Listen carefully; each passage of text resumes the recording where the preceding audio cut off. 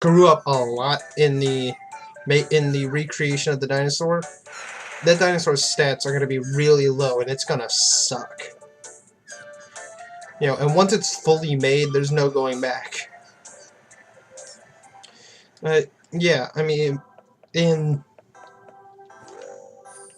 could probably recreate the dinosaur again, but you'd have to find all the fossils again. So there's that, but, it's still a really fun game. It's still a really fun kind of monster combat game. Whatever, it's a decent game. So yeah, Fossil Fighters, and on to the next game. Alright, and our next DS game here is Jake Power Policeman. Now, this is a really, really kiddie game. Like, it's for little kids, like, probably around the ages of 4 or 5 and stuff. And, when playing it, you could definitely see it. It's got really kiddie graphics. It's not that difficult. It's easy to just blast through the entire thing. But if you're going for 100% and you screw up on just one little thing, like don't do something fast enough or something, you may find it a bit harder to go for 100%. Not like, oh my god, I'm gonna break this game hard, but just it puts the difficulty at about medium, I'd say. Like, not too hard. Like for a kid's game, it put it at medium. Like not too hard that you'd want to break the game or snap it in half or just throw it. But not so easy that you just get bored. So, I don't know. I know that I'm not target age for it, but I could see like little kids really enjoying this game. It's another one that my nephew gave me for free, so why the hell not? So yeah, that's Jake Power Policeman, basically. On to the next DS game. Alright. This final DS game that I have to show is what many consider to be a hidden gem in the DS's library. This is Hotel Dusk Room 215, brought to you by a company that went down a couple years ago called Sync. Hotel Dusk Room 215 is basically a point-and-click adventure game. There's a lot of text, a lot of reading in it, but it's really got really good fleshed-out characters. And the mystery is really keeps you going. This is one game where, alright, for those of you who don't know, whenever I really want a game on like a handheld or a really old system, I tend to emulate the first bit of it, like whether it's the first chapter of the game or maybe a few levels, maybe, I don't know. This is one of the few games where when I emulated it, I didn't want to stop. I didn't want to, go out and get the real copy simply because I knew I'd have to restart my game once I got it.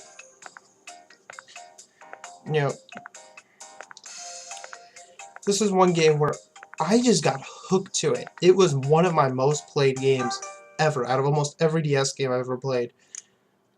Other than Pokemon Pearl, which I've logged in a shitload of hours into Pokemon Pearl, Hotel Dusk is one game that just keeps me coming back, not because, I feel like I have to finish the game, but because of how interesting the characters are and stuff.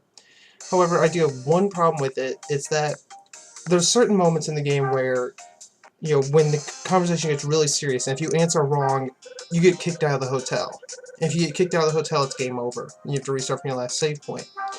Now, I really would have liked it if instead of automatically making it a game over, had the game simply gone into branching paths, so you could have different endings. Now, I do hear there's a couple of different endings for the game. I'm not sure.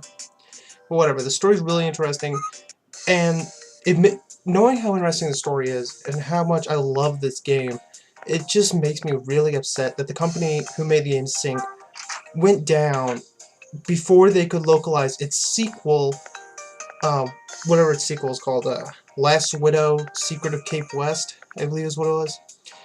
That game didn't get its chance to come out here in America, so it's out in Europe, it's out in Japan, but it didn't get, right before they could localize it in America, the company went down. So maybe one day I'll get to play it. Who knows? I hope I do, because I love this. I'd love to see its continuation onto a sequel. If not, I can just play it online, but, it's a lot better just to have a physical copy.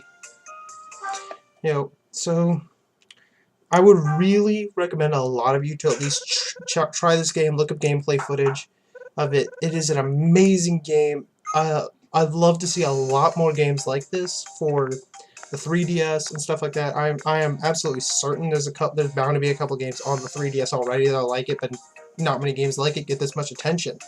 You know, it doesn't get the attention of a new Mario game or a new Pokemon game or a new Zelda game. It's just left in the dust and put up against a lot of things that get more attention, sadly. So yeah, I'd fully support Hotel Dusk and want everyone to at least look it up. You know, because I know not everyone's into text-based adventure games, so if you don't like reading a lot, this game's not for you. But if you can handle reading a lot, I would definitely recommend checking it out. So yeah, Hotel Dusk. Now to the only 3DS game I own since I picked up a 3DS for just kind of with, you know, with the money I got for graduation, birthday, whatever. This is Kingdom Hearts 3D Dream Drop Distance. Now, a lot of people that know me know I love the Kingdom Hearts series, so Kingdom Hearts Dream Drop Distance obviously was probably going to be one of my first 3DS games. And Birth by Sleep will probably be one of my first PSP games if I ever bother to get a PSP. You know, along with Kingdom Hearts 3 being PS4, whatever. So, as for this game, what I really like about it is that it does take place right after Kingdom Hearts 2. You can almost say it's like the chain of memories for Kingdom Hearts 2 and 3. You know, how Chain of Memories took place right after Kingdom Hearts 1, you know, and then led itself to Kingdom Hearts 2. Same way with like 358 over 2 days. It kind of started, I guess you could say, either closely in Kingdom Hearts 1 or, you know, sometime during Chain of Memories, but then ended at Kingdom Hearts 2. That's where Dream Drop Distance is. You know, it's all about Sora and Riku trying to become the ultimate Keyblade Masters, so they can be prepared for the big event that's coming. They can be prepared for anything that gets in their way. So yeah, something that really, you know, that's one thing I love about the game. You know, there's several other things I like. You know, I love the new thing they added, which was these Dream Eaters, I believe is what they're called. You know, there's good and bad Dream Eaters. The good Dream Eaters you can create and have them be your partner because Goofy and Donald don't help you on this quest. And, you know, and then you got the bad ones, which replace the Heartless in this game. You know, instead of having Heartless and how the bosses are Heartless, they're Dream Eaters in this one. You know, and it is actually pretty challenging, for me at least. Yeah, I'm on normal mode, although I'm pretty close to the end of the game. It's pretty short. For a Kingdom Hearts game, it's pretty short. Or at least it feels like it to me, mostly because a lot of, you know, all the other Kingdom Hearts games I've played, you know, it didn't take me 2 days to get past the halfway point. You know, maybe I'm wrong, maybe it's a lot longer than I actually think it is. I'm currently at the, you know, as you see in the video, I'm currently at the, whatever it is, the musical world. You know, I don't know if that's past the halfway point, but I got there in about 2 days. And normally it doesn't, I'm nowhere near, like if that's past the halfway point, this game is pretty short. That's nowhere near the halfway point, which I would hope, but I'm pretty sure it's not. But yeah, this game's pretty short. Another thing I love is that as you go through the game and you witness events that happen in Kingdom Hearts, you know, witness events or characters that happen in any other Kingdom Hearts game, it brings up stuff from those Kingdom Hearts games, so that every single one, even if you haven't played the previous ones, you still get most of the story. From what I hear, you know, it doesn't give it fully from the other games. It gives you enough, though, for me. It's like, I haven't played Birth by Sleep. And something from Birth by Sleep is a major event in this game. And without that little chronicle telling me who these people were and all this stuff, I would have been completely lost.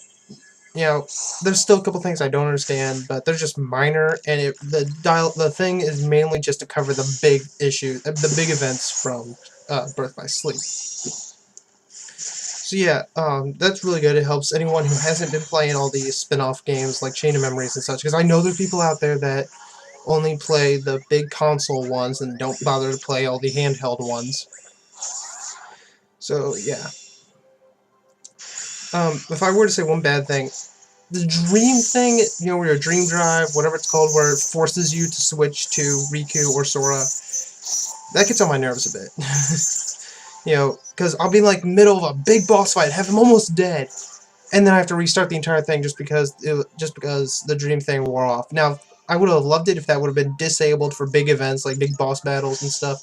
That would have been great, but it's not the case. So yeah, that does get annoying, but still, it's a pretty fun game. I'm glad I got it for the 3DS. I really wish that the multiplayer mode, instead of it just being local, I would have loved an online mode. I don't understand why there isn't an online multiplayer. You know, because the only multiplayer in here acts kind of like a Pokemon game, I guess I could say.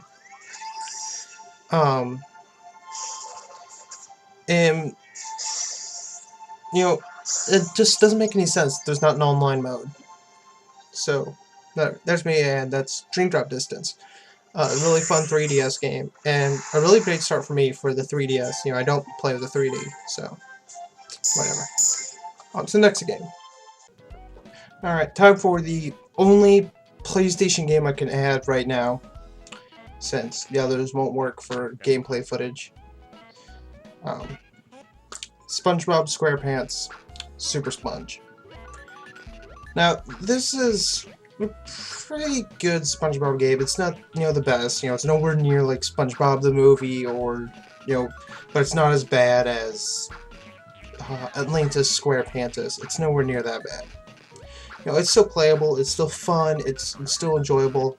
You know, and it's still pretty difficult, or at least last time I played it, it was difficult.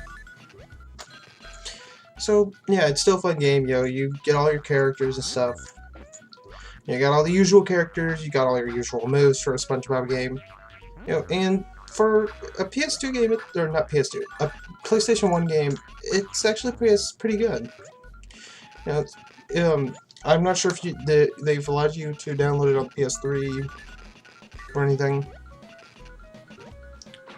So, yeah, I mean, it's a pretty fun game, and any SpongeBob fan I can imagine can enjoy this game.